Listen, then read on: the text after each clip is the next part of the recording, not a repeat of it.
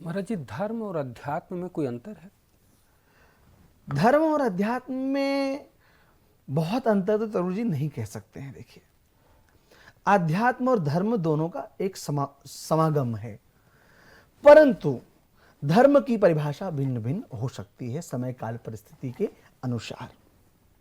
जब आप पूर्ण मार्ग पे आते हैं कि अब आपको भजन, साधना, उपासना, भक्ति करती है, तो ये आध्यात्म की ओर है। अब आप धर्म को समझिए और आध्यात्म को समझिए।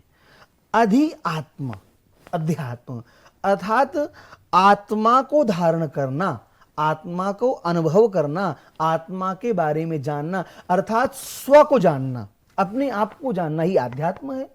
अब वो आप कैसे जानोगे?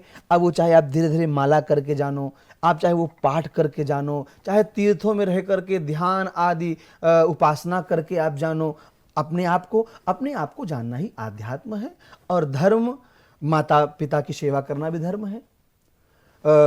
कमाना भी, अगर हम गृहस्थ में हैं तो अगर हम किसी के पिता बने हैं तो पिता हो करके अपने पिता होने के कर्तव्य का निर्वहन करना भी धर्म है। पुत्र हैं तो पुत्र होने के कर्तव्य का निर्वहन करना भी धर्म है। यदि हम किसी की बेटी हैं तो बेटी होने के कर्तव्य का निर्वहन करना धर्म है। ये धर्म ही है, लेकिन अब उसका काल है। अब आप विद्यार्थी अवस्था में हैं तो विद्या अध्ययन करना आपका धर्म है। अब आपका विवाह हो गया है तो गृहस्थ में गृहस्थ के संपूर्ण कार्यों का सविधि पालन करना, कमाना और सब का लालन पालन करना, ये भी धर्म है। लेकिन जब गृहस्थ पूर्ण हो जाए तो फिर वानप्रस्थ में जाना भी धर्म है। वानप्रस्थ में रह करके संन्यास लेना भी धर्म है। यही हमारी परंपरा, यही हमारी संस्कृति है। ये धर्म से सब जुड़ा हुआ है।